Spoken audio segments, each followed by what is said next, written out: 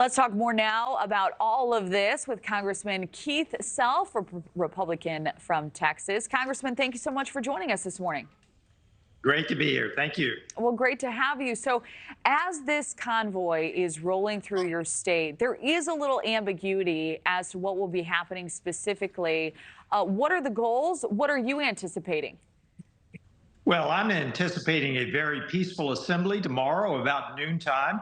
I will be there. I'll make a stop at Shelby Park before I go to the ranch where the rally will be held. I think it will be a peaceful assembly, and they are simply going to support two of the First Amendment rights, peaceful assembly and freedom of speech. I think that this is a rally that will simply try to get President Biden to do his job to secure our border, to stop this tsunami, this invasion of illegal immigrants. This is the American people coming down to the border. And frankly, I ask people not to be intimidated by all the naysayers. This is an opportunity to support your right to assembly and your right to free speech.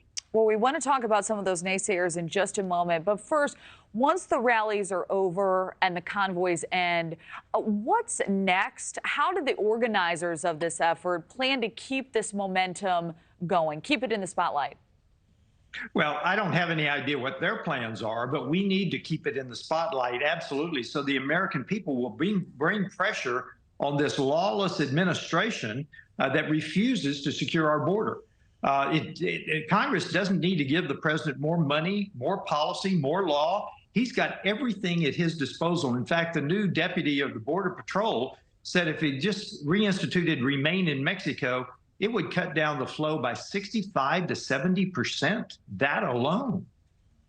Yeah. Well, you mentioned some of the naysayers on this. The convoy's organizers say this is about raising awareness of the crisis happening at the border, but some media outlets painting it much differently, including an NBC report that some supporters of a, quote, far-right convoy are calling for civil war. Those are the statements made.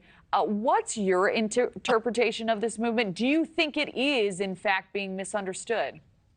Absolutely. That is ridiculous hyperbole. Lexit, the largest conservative Latino movement, which means their exit from the Democrat Party, is participating in this rally and in this convoy. So that tells you what it really is. This is simply people that want the border secured. And if anyone has a stake in this, it's the folks who have immigrated to this country legally. They understand the crisis here, the tsunami. You know, and this is maddening for all Americans, really, because it has an impact on us all. Lawmakers, as you know, they've been negotiating for months on this deal to tie border security to Ukraine and Israel aid. The Senate could release this as soon as today. Will Congress actually find a solution that will be able to get enough support to pass? I don't believe so as a package. Now, let's talk about what has been leaked, because no one has seen the text yet.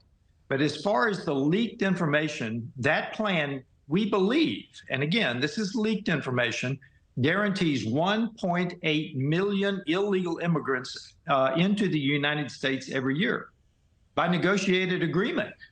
There are other things, but in terms of the border, that is a non-starter. What do you think it would take to get Republicans to support a bipartisan bill on this? What is the threshold? What would you need to see in order for it to gain your support? First of all, the minimum is H.R. 2. The House passed H.R. 2, a very strong border security bill.